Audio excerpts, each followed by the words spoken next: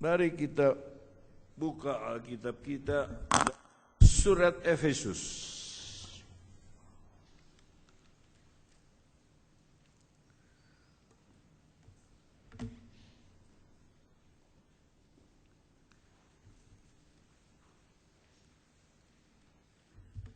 Efesus pasal yang kelima. Dan kita membaca ayat yang ke-20.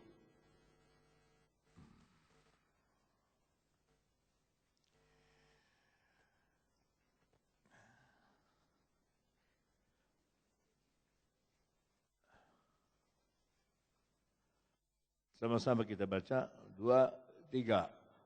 Ucaplah syukur senantiasa atas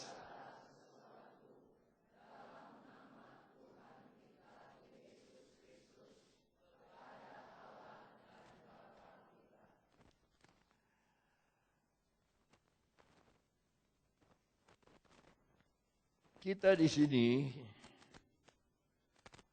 berkumpul sebetulnya untuk memberikan ucapan syukur kepada Tuhan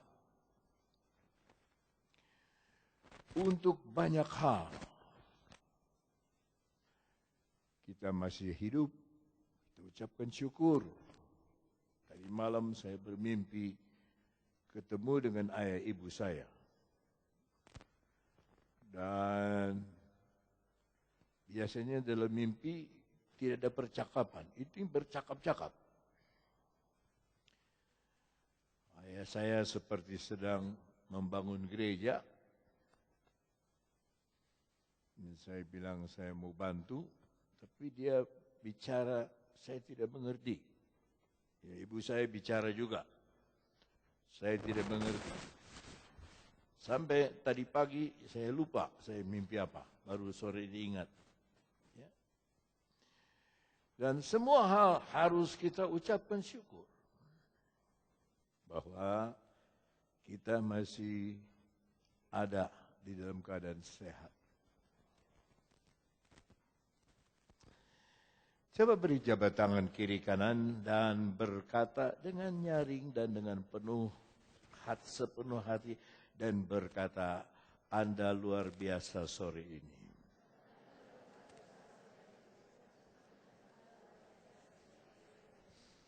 Ya, sebab banyak orang, saudara-saudara, tidak luar biasa, melainkan mereka biasa di luar. Biasa di luar Tuhan. Tetapi kita ada di sini untuk berterima kasih untuk pemeliharaan Tuhan. Untuk belas kasihan Tuhan sehingga dia mau menyelamatkan kita. Tetapi kadang-kadang kita tidak mau mengambil waktu untuk berusaha dengan sungguh-sungguh buah-buah ucapan syukur itu kepada dia.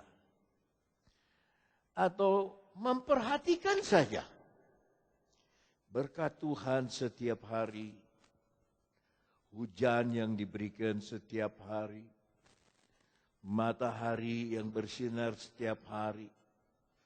Seharusnya hati kita itu penuh dengan ucapan terima kasih, ucapan syukur. Nah, Rasul Paulus ini, saudara-saudara,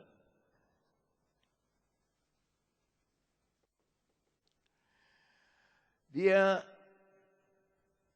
sangatlah sering mengekspresikan ucapan syukurnya kepada Allah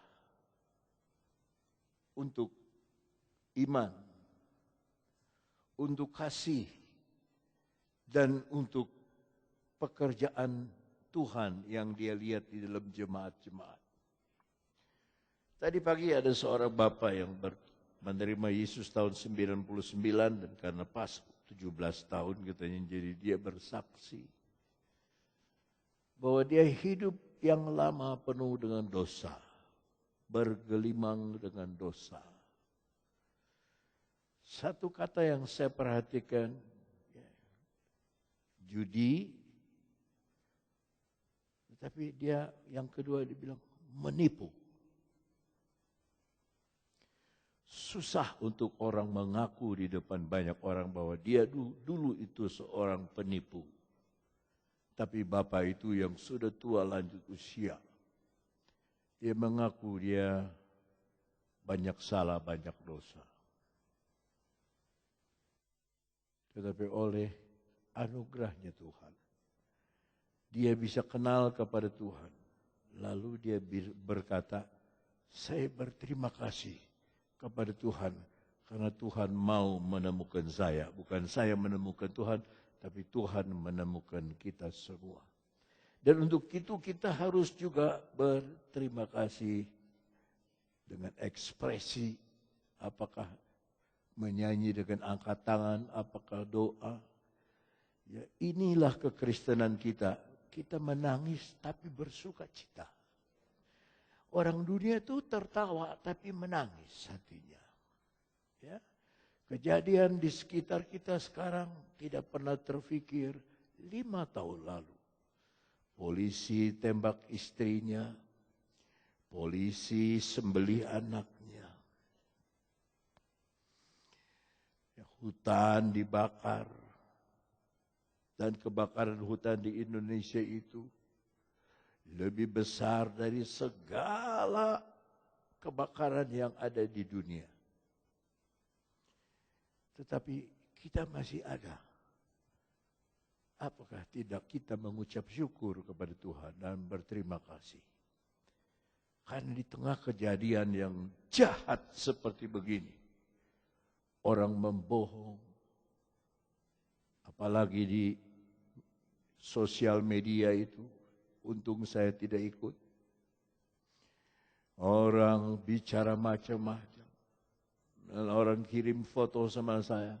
Bagaimana orang tidak mau bersatu. Ya. Saling bermusuhan satu dengan yang lain. Tidak mau mengampuni.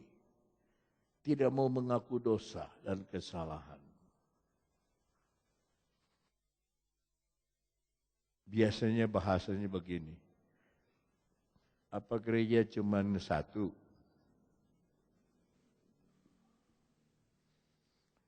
Jadi tidak ada kerinduan untuk mengucap syukur kepada Tuhan bahwa dosa kita diampuni. Tidak ada keinginan kepada Tuhan ya untuk teman-teman kita yang seiman. Kenapa kita tidak mengucap syukur teman seiman kita ada di kiri kanan kita dengan wajah yang luar biasa. Ya. Mari kita buka sebuah ayat dalam Roma pasal 1 ayat ke-8. Ini bentuk ucapan syukur dari Rasul Paulus. Ayo kita baca. 2, 3. Pertama-tama aku mengucap syukur kepada Allahku oleh Yesus Kristus atas kamu sekalian. Sebab telah tersiar kabar tentang imanmu di seluruh dunia. Haleluya. Kalau saya berdoa, saya doakan jemaat. Tuhan tolong jemaat di Cianjur. Bahagiakanlah mereka, senangkanlah mereka. Persatukanlah mereka, ikat mereka dengan tali kasih-Mu. Ya, sebab kalau diikat dengan tali layang-layang bisa putus. Ikat dengan tali kasih-Mu. Kasih Tuhanlah yang mengikat kita menjadi satu. Lihat, Rasul Paulus mengucap syukur kepada Tuhan karena jemaat. Sebab jemaat itu di Roma walaupun dianiaya, ya, penganiayaan, dibunuh. Itu bersuka cita kepada Tuhan. Tetap bertahan dalam Tuhan. Nah, Paulus ini yang membangun jemaat Roma. Dia berterima kasih. Syukur Tuhan. untuk jemaat Roma. Sebab apa? Bukan kekayaannya, bukan mobilnya, bukan ini, tapi imanmu. Haleluya. Saudara itu harus dikenal oleh jemaat lain karena imanmu. Puji Tuhan. Karena iman saudara, kesetiaan saudara, kerinduan saudara kepada Yesus dikenal oleh orang lain. Oh, GPDI Cianjur itu yang selalu rindu kepada Yesus. Harus begitu. Oh, GPDI Cianjur itu yang kaum wanitanya bersatu teguh. Oh, GPDI Cianjur itu kaum bapaknya nyanyinya setahun sekali. Oh, GPDI Cianjur itu yang anak mudanya semangat, ya, dan sebagainya.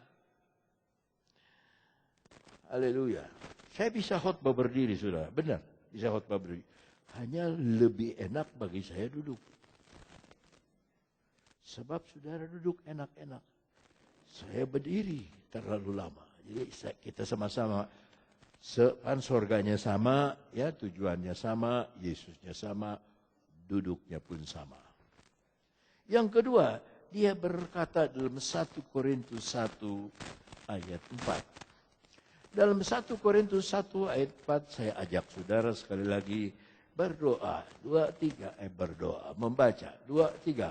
Aku senantiasa mengucap syukur kepada Allahku karena kamu atas kasih karunia Allah yang dianugerahkannya kepada kamu dalam Kristus Yesus. Tuh, yang kedua Paulus mengucap syukur karena anugerah. Kita diselamatkan karena anugerah. Kita yang seharusnya mati, seharusnya bersalah, diampuni. Kita diselamatkan, nanti saya akan terangkan itu. Kita diselamatkan oleh anugerah Allah. Dan ketika anugerah itu turun kepada jemaat di Korintus. Ingat saudara, jemaat Korintus itu jemaat yang tidak baik. Latar belakangnya. Berpecah belah. Yang satu pihak Apolos, yang satu pihak Kefas, yang satu pihak Paulus, yang satu pihak Yesus. Berpihak-pihak. Ada dosa zina. Udah ada perpecahan, ada dosa zina. Dan perzinahan itu belum pernah ada di antara orang dunia. Hanya ada di Korintus. Yang ketiga kesombongan. Sombong sekali orang Korintus ini. Tapi lihat anugerah Tuhan. Aku mengucap syukur kepada Allah Tuhanku. Karena kasih karunia. Kasih karunia itu sama dengan anugerah. Yang dianugerahkannya kepada kamu dalam Kristus Yesus. Jadi Yesus melihat kita. Bukan melihat salah kita. Dia melihat dengan kacamata anugerah. Dia melihat saudara dan saya seperti tidak ada salah. Itu anugerah. Dulu saya pernah cerita, tidak apa saya cerita lagi.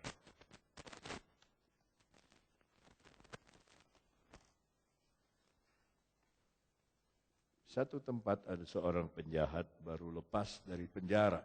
Baru dilepaskan dari penjara. Dia ingin bermalam di satu tempat tapi tidak ada. Dia tidak tahu harus pergi kemana. Dilihatlah ada gereja. Dia datang ke gereja itu dan minta kepada pendeta untuk bermalam. Oke, pendeta terima dan dia bermalam satu malam. Ketika dia bermalam, besoknya dia curi tempat lilin yang dari perak yang mahal-mahal itu dia curi. Dia curi, dia lari. Pendeta ini lapor polisi bahwa benda-benda gereja dicuri orang. Pendekkan cerita, polisi tangkap orang itu, ketemu, tangkap dengan barang bukti, sudah. KPK sekarang sudah bisa, saudara punya telepon disadap, dia sudah bisa diizinkan oleh undang-undang. Saudara ngomong bohong, ngomong mau menipu, ketahuan. Anggota DPR antri di KPK sekarang. Ya. Setelah ditangkap, dibawa ke pastor, ke pendeta ini, ke pastori. Ini Pak Pendeta, pencurinya, dan ini lilinnya. Si pendeta itu bilang, kenapa kamu ambil ini barang? Saya tidak punya uang, Bapak.